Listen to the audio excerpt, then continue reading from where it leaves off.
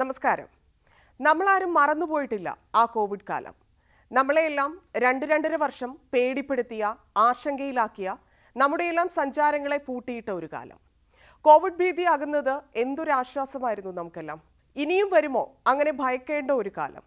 വരരുതേ എന്ന് നമ്മൾ ആഗ്രഹിക്കുമ്പോൾ ലോകത്തെ സാഹചര്യം അങ്ങനെ അല്ലെന്ന് കാട്ടുകയാണ് ചില കണക്കുകൾ. കഴിഞ്ഞ കുറച്ചാഴ്ചകളായി സിംഗപ്പൂർ, മലേഷ്യ തുടങ്ങിയ രാജ്യങ്ങളിലെ കോവിഡ് ബാധിതരുടെ എണ്ണം അതിവേഗം ഉയരുകയാണ്. ഈ രാജ്യങ്ങളിലെല്ലാം മാസ്ക് വീണ്ടും നിർബന്ധമാക്കിയിരിക്കുകയാണ്. ഇന്ത്യയിലും കോവിഡ് നിരക്കിൽ വർധനയുണ്ടെന്ന് കേന്ദ്ര ആരോഗ്യ മന്ത്രാലയത്തിന്റെ കണക്കുകൾ വ്യക്തമാക്കുന്നുണ്ട്. ചൈനയിൽ അടുത്ത കാലത്തായി ശ്വാസകോശ രോഗങ്ങൾ പിടിവിട്ട് വർദ്ധിച്ചപ്പോൾ പലരും അതൊരു കോവിഡ് വകഭേദമാണോ എന്ന് സംശയിച്ചിരുന്നു. അങ്ങനെ സ്ഥിരീകരണമൊന്നും വന്നില്ല. H9N2 ഇൻഫ്ലുവൻസ് എന്ന രോഗമാണ് വ്യാപിക്കുന്നത്. അത് മൂർച്ഛിച്ചാണ് ന്യൂമോണിയ പടരുന്നതെന്നായിരുന്നു ചൈനയുടെ ഔദ്യോഗിക വിശദീകരണം.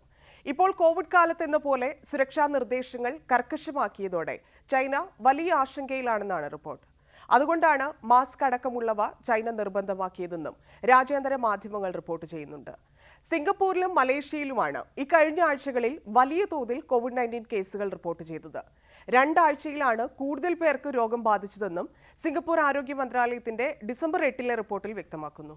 ഡിസംബർ 2 റിപ്പോർട്ടിലും കോവിഡ് രോഗം മടങ്ങിവരുന്നതായി സിംഗപ്പൂർ ആരോഗ്യ മന്ത്രാലയം ആശങ്ക പ്രകടിപ്പിച്ചിരുന്നു. ഇങ്ങനെയൊരു സാഹചര്യം നിലനിൽക്കെ വർഷാന്ത്യവും പുതുവർഷവും ആഘോഷിക്കാൻ ആളുകൾ യാത്ര ചെയ്യുന്നതും ആഘോഷ പരിപാടികളിൽ പങ്കെടുക്കുന്നതും അപകടകരമാണെന്ന നിർദ്ദേശം സിംഗപ്പൂർ നൽകിക്കഴിഞ്ഞു.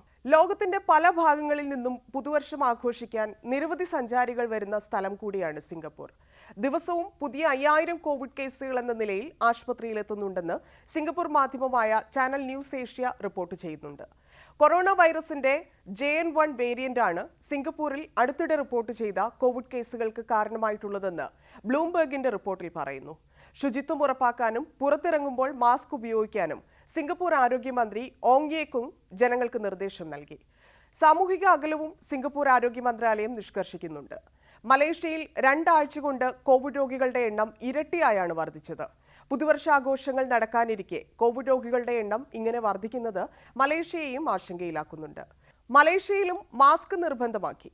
ആളുകൾ കൂട്ടം കൂടുന്നതും ആഘോഷ പരിപാടികൾ നടത്തുന്നതിനും നിയന്ത്രണം ഏർപ്പെടുത്തി. ചൈനയും ഇന്തോനേഷ്യയും ഇതേ വഴിയിൽ തന്നെയാണ്. ചൈനയിലെ ആശുപത്രികളിലും ട്രാൻസ്പോർട്ട് ഹബ്ബുകളിലും COVID-19 പരിശോധന ആരംഭിച്ചു. ശ്വാസകോശ രോഗികളുടെ എണ്ണം വർദ്ധിക്കുന്നതാണ് ഇങ്ങനെ പരിശോധന തുടങ്ങാൻ തന്നെ കാരണം. ശൈത്യകാലം തുടങ്ങുന്നതോടെ കോവിഡും ഇൻഫ്ലുവൻസയും പടരുന്നത് കൂടുമെന്നാണ് ചൈനീസ് ആരോഗ്യ മന്ത്രാലയത്തിന്റെ മുന്നറിയിപ്പ്.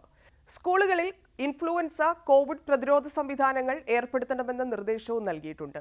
ചില പ്രവിശ്യകളിൽ കോവിഡ് ട്രാക്കിംഗ് ആപ്പ് തിരികെ കൊണ്ടുവന്നെന്നും സ്ഥിരീകരിക്കാത്ത റിപ്പോർട്ടുകളുണ്ട്. ചൈനയിലെ കുട്ടികളിൽ പടർന്നുപിടിച്ച ഇൻഫ്ലുവൻസ കോവിഡ് ആണെന്ന് ചൈന തിരിച്ചറിഞ്ഞിട്ടും അക്കാര്യം പുറത്തുവിടാത്തതാണെന്ന ആരോപണവും സോഷ്യൽ മീഡിയയിൽ സജീവമാണ്.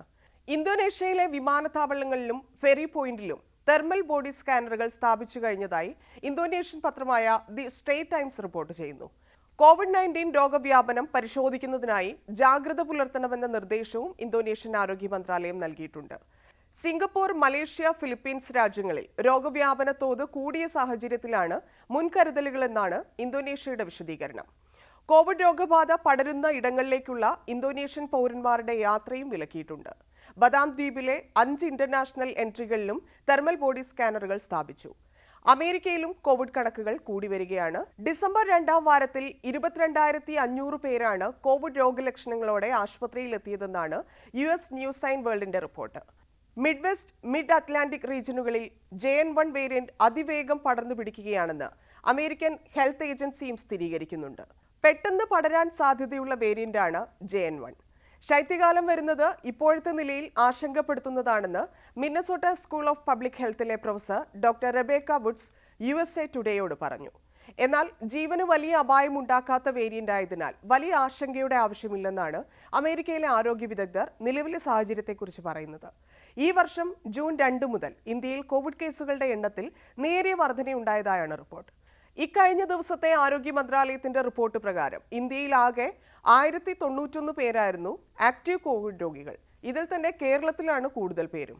ഇവിടെ നവംബറിൽ 479 പേർക്ക് കോവിഡ് ബാധിച്ചെന്നും ഡിസംബർ ആദ്യവാരം ഇത് 825 ആയെന്നുമാണ് കണക്ക്. ജീവനെടുക്കുന്നത് പോലുള്ള ഗൗരവമായ കോവിഡ് വേരിയന്റ് അല്ല പടരുന്നത് എന്നത് ആശ്വാസകരമാണെന്നും ശുചിത്വം പാലിക്കുന്നതും മാസ്കും സാനിറ്റൈസറും ഉപയോഗിക്കുന്നതും തന്നെ ഉചിതമായ പ്രതിരോധ മാർഗമാണെന്നും ആരോഗ്യ വിദഗ്ധർ പറയുന്നുണ്ട്. രോഗബാധയുണ്ടെന്ന് തോന്നിയാൽ ആളുകളുമായി സമ്പർക്കം ഒഴിവാക്കാനും മുന്നറിയിപ്പുണ്ട്.